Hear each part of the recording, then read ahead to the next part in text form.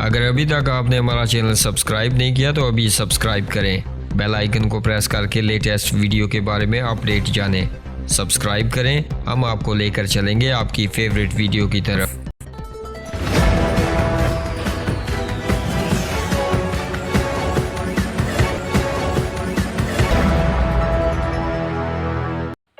बिस्मिल्लाहिर्रहमानिर्रहीम। अस्सलाम वालेकुम नाज़रीन, भारत में पेट्रोल 8 रुपये फ़ी लीटर सस्ता हो गया।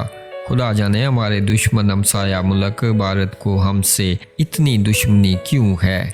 वो हर मैदान में हमें नीचा दिखाने की कोशिश में मसरूफ़ रहता है। पेट्रोल की कीमत का मामला ही देख लें। आलमी सतह पर पेट्रोल की कीमत कम होते ही इसने सिर्फ और सिर्फ हमें नीचा दिखाने के लिए फौरी तौर पर तेल की कीमत में 8 रुपये फ़ी लीटर कमी का ऐलान कर दिया है, जो हमारे 16 रुपये के बराबर है।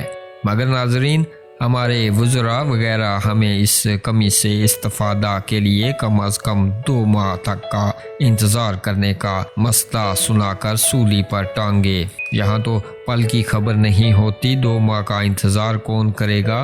क्या मालूम इस दौरान पेट्रोल की कीमत कहाँ से कहाँ पहुँच चुकी हो। हम इस रूह फरसा इंतज़ार के बाद भी खाली हाथ रह जाएं और पेट्रोल की कीमत मज़ीद बढ़ जाए।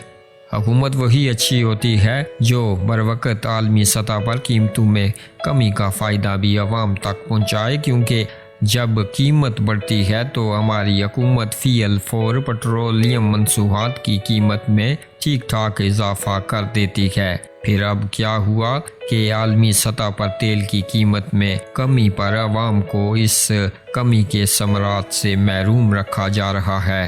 नाज़रीन, अब कम अज़ कम भारत के इक़्तिदामात से ही हमारी हुकूमत भी पेट्रोल की फ़ी लीटर कीमत में तारीख़ी कमी का ऐलान करे, ताकि भारत के अवाम भी अपनी हुकूमत पर खूब गर्जें बरसें कि पाकिस्तान में इतनी ज़बरदस्त कमी हुई है तो हमारी हुकूमत ऐसा क्यों नहीं कर रही।